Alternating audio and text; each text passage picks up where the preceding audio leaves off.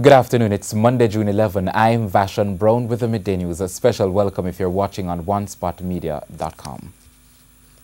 Some Jamaican workers employed by Chinese construction firms on the Mandela Highway Improvement Project have signed up for union representation. Representatives of the Union of Clerical, Administrative and Supervisory Employees UCASE and the Bustamante Industrial Trade Union met with workers this morning following their work stoppage recently against poor working conditions. TVJ News visited the work site this morning and witnessed the workers agreeing to becoming unionized. The unions had long been trying to secure representation for the workers through the Ministry of Labour, but to no avail. President of UCASE, Vincent Morrison, who spoke on behalf of the unions, called for workers who have not yet signed or who did not turn up for this morning's meeting to reconsider. I know that in Jamaica today, workers have failed to join, just to sign the application form, because they feel that if they sign, management is going to victimize them.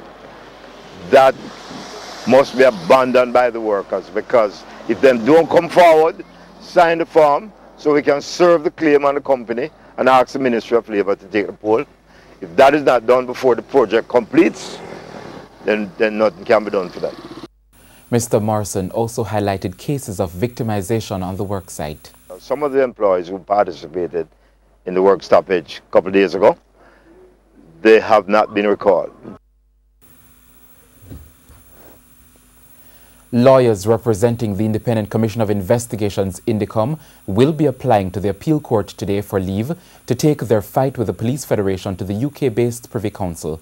The appeal court ruled in March that the agency did not have the power to arrest, charge or prosecute members of the police force. The decision has curtailed the activities of INDECOM, which now has to submit its files to the Director of Public Prosecutions for rulings.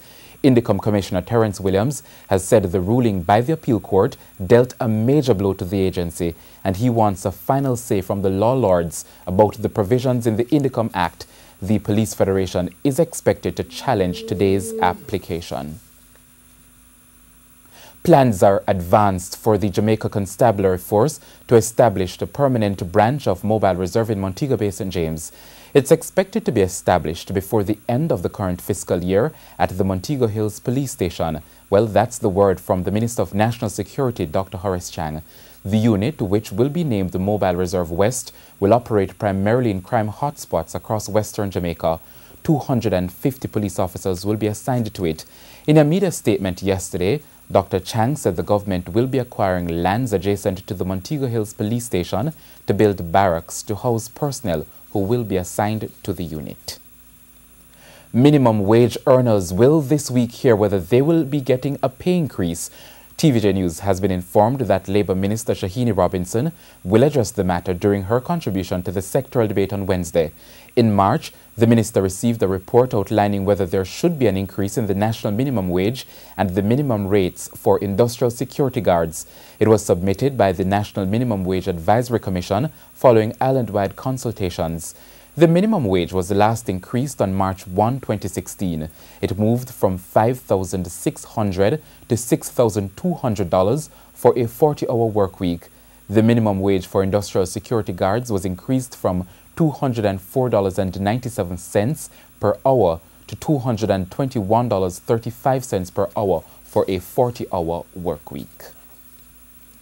And the Jamaica Household Workers Union, which boasts 5,700 members, says its members are eagerly awaiting the minister's statement regarding minimum wage.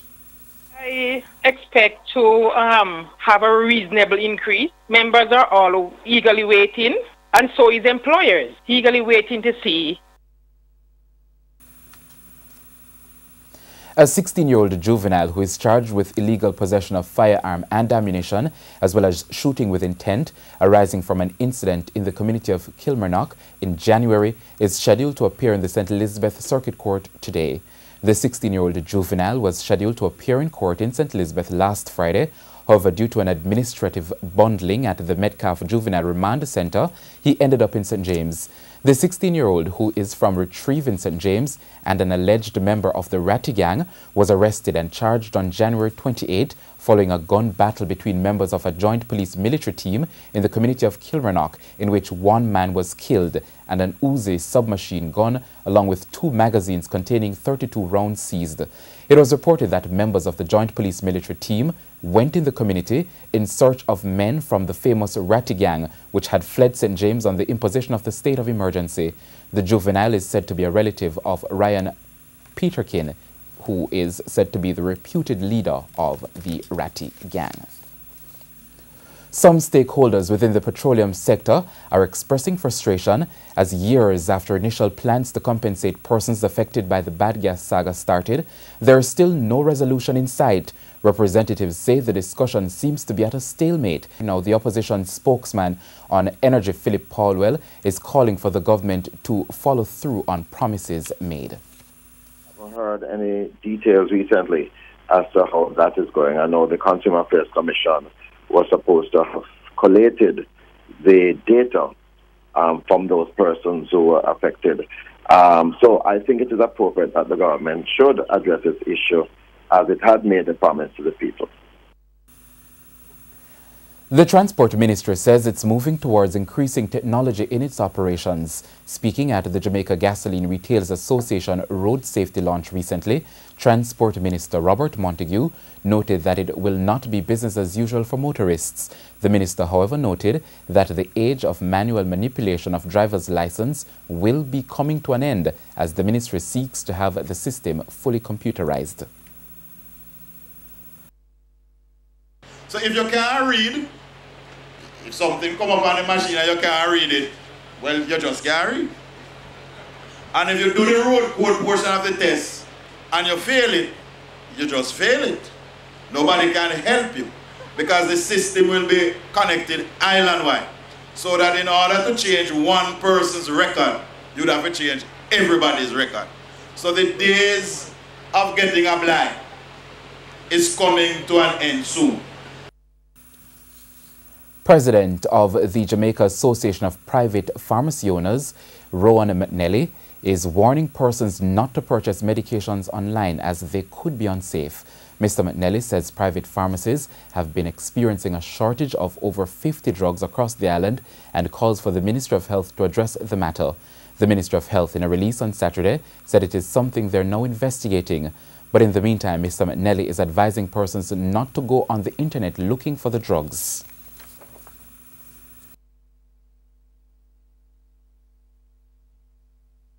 The Anti-Narcotic and Tourism made a report last year speaking to they realizing that a lot of counterfeit drugs are now coming.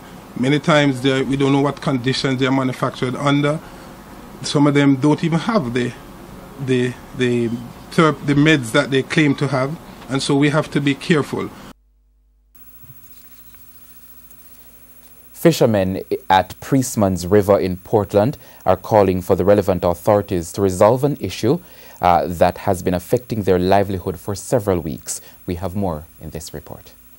Stagnant water with morass everywhere and a blocked riverhead. The reality of the fishermen at Priestman River in Portland. That's why they are now calling for the authorities to resolve an issue that has been affecting their livelihood.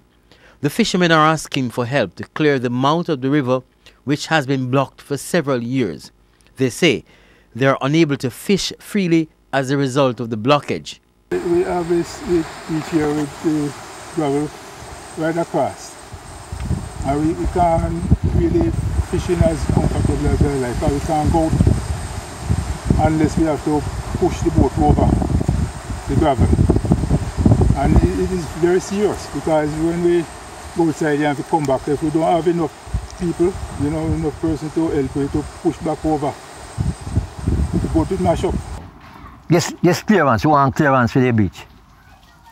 Good management for the beach. The stuff we need to take away and move away from there that we get clearance, the sea can come right in. Netman, fisherman, some from Port Antonio, some from Priestman River, some from Albert.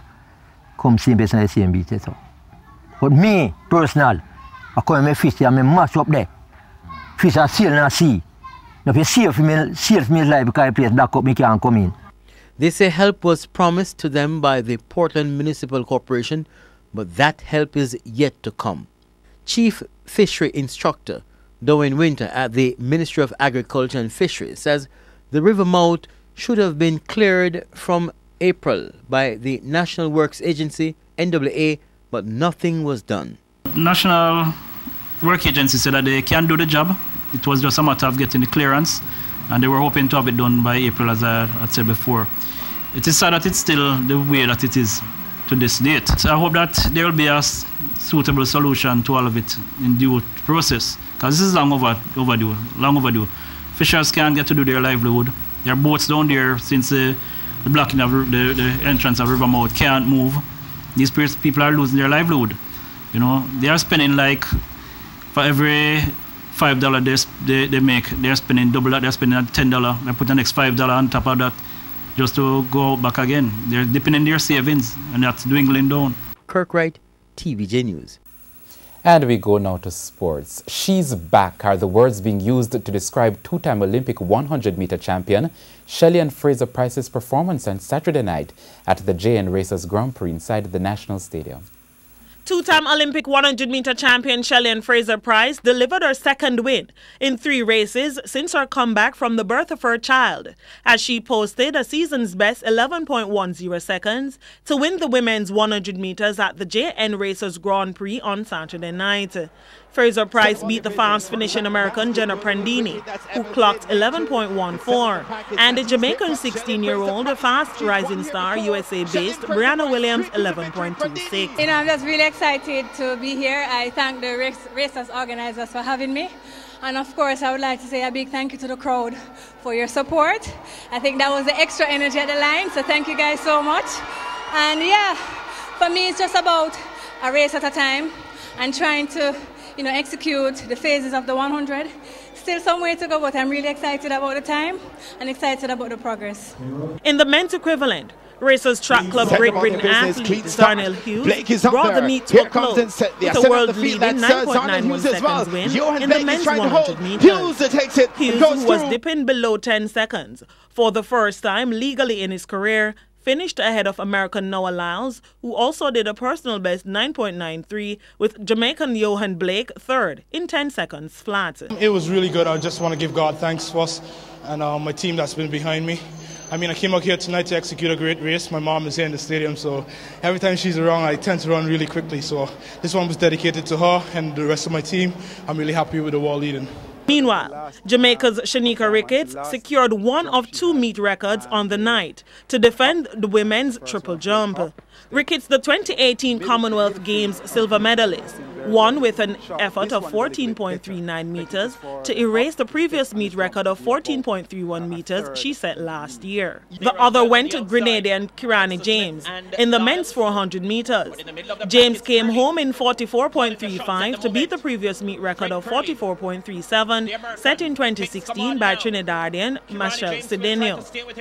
American Fred Curley was second in 44.36, while Braylon Taplin ended third in 45.11. Javon Francis and Demish Gay finished 5th and 6th respectively.